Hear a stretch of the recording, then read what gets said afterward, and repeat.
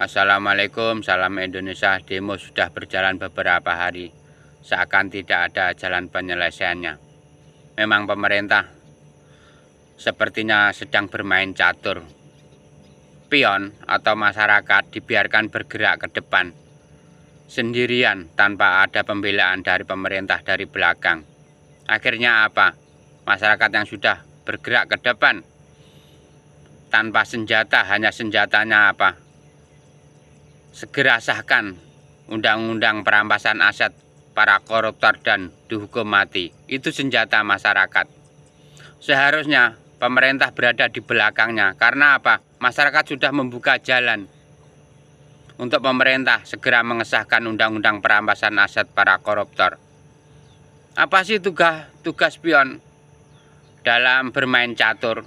Itu hanya untuk membuka jalan. Membuka jalan pemerintah agar segera mengesahkan undang-undang perampasan aset para koruptor. Ataupun menutup celah agar para koruptor tidak terus maling, terus merampok kekayaan uang negara.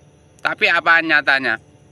Setelah masyarakat, sipil, mahasiswa, dan lain sebagainya bergerak ke depan dengan senjata, segera rampas aset para koruptor dan hukum mati, pemerintah seakan diam saja, seakan membiarkan.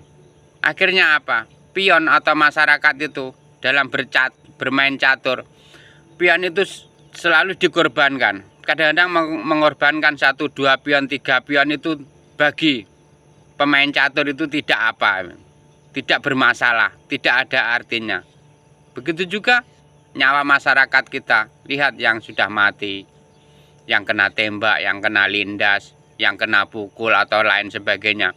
Itu tidak ada artinya bagi pemerintah atau pemain politik, itu tidak ada artinya. Untuk mencapai tujuan bahkan 100, 200 pun nyawa masyarakat sipil itu tidak ada harganya bagi pemain politik itu. Yang penting tujuan mereka tercapai. Mungkin hanya untuk basa-basi, saya minta maaf, saya akan melindungi. Itu hanya untuk sekedar basa-basi lah, untuk pemanis bibir saja itu.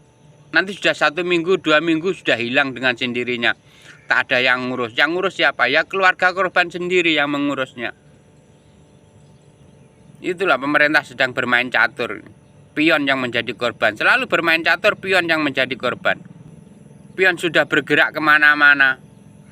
Menterinya masih diam, panglimanya masih diam, betengnya masih diam, kudanya masih diam. Akhirnya apa? Masyarakat ditendang oleh kuda dari musuh. Ditembak langsung oleh menteri. Peluncur itu kan sistemnya macam peluru itu. Terus bergerak lurus menembak itu. Sebabnya apa? Kawalan dari belakang itu tidak ada. Kawalan dari pemerintah untuk masyarakat itu tidak ada. Pion dibiarkan berjalan dengan sendirinya ke depan tanpa ada perlindungan. Apa sih yang dituntut oleh masyarakat, oleh pion-pion ini dalam bermain catur? Hanya pengesahan undang-undang perampasan aset para koruptor dan hukuman mati. Begitu beratkah pemerintah untuk mengesahkan undang-undang itu? Apa sih untungnya bagi masyarakat? Masyarakat cuma kalau itu undang-undang disahkan, cuma keadilan yang didapat.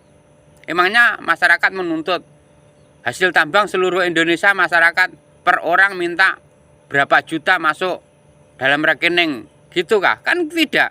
Tidak meminta apa-apa dari pemerintah. Tidak meminta uang tambang, tidak meminta hasil kekayaan negara, itu tidak meminta. Yang diminta apa? Mengesahkan undang-undang perampasan aset para koruptor. Biar apa? Mendapat keadilan yang sama. Itu saja. Itu pun susah sekali untuk mengesahkannya itu. Apalagi para DPR-nya itu. DPR yang selalu beralasan, ini undang-undangnya belum, ini mau dibahas, itu nanti segera dibahas. Itu patut dicurigai. Mungkin dia terlibat di dalamnya, dia takut sangat. Ataupun partai politik yang secara terang-terangan mengulur-ngulur, ini belum siap, ini belum dibahas, nanti mau dibahas.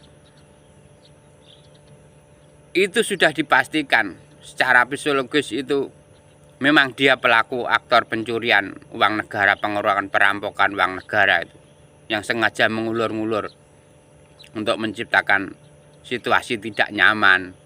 Nanti akhirnya tuntutan masyarakat melenceng, di framing kepada hal yang lainnya dengan negara tidak kondusif lah, bahwa sebetulnya dia yang menciptakan sendiri itu.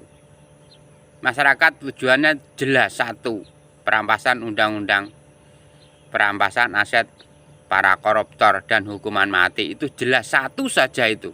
Yang lainnya nanti muncul 2, 3, 4, 5, 6, 7 itu menyusul, tapi yang utama kan perampasan aset para koruptor, para maling-maling duit rakyat dan hukuman mati. Itu masyarakat apa yang diuntungkan? Cuma mendapat keadilan saja, adil yang merata itu saja. Tapi pemerintah dan anggota DPR partai politik susah sekali mengesahkannya. Karena apa? Sumbernya yaitu bagi partai politik merampok itu, merampok kayak negara yang begitu besar. Dikuasai oleh berapa partai politik saja itu? 9 atau 10 saja itu. Partai politik yang sudah tua-tua itu. Harus ada pembenahan sistem dalam bernegara. Salam. Saya mendukung setiap gerakan reformasi untuk menuntut pengesahan undang-undang perampasan aset koruptor dan hukuman mati. Oke, salam Indonesia.